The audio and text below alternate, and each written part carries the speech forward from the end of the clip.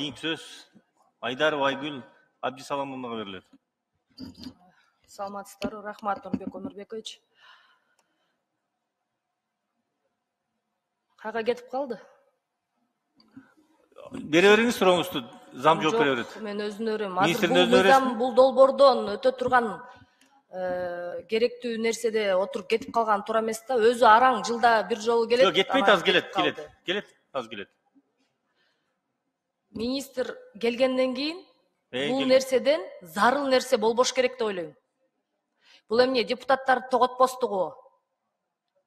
Туруп турсун жакта суроо жоопко мен чыгып, анан жооп берем десе болот да.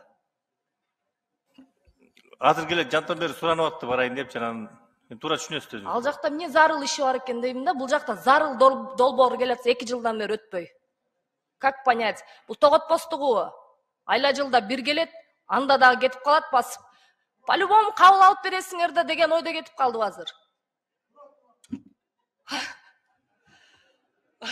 Өчүрүп тургуздарчы. Эми ачык эле айтайынчы, туалетке кетти, аз келет деп. Ошо кайсыл жак нуждаться этип аткан жагына эртерээк кирип келиш керек болчу да. Нурбек Өмүрбекович, чоң рахмат. Алтынбек Аскарович, саламатсызбы? Жеңилденишиңиз менен. Биз бул долбоорду колдойлук. Жогоруда мен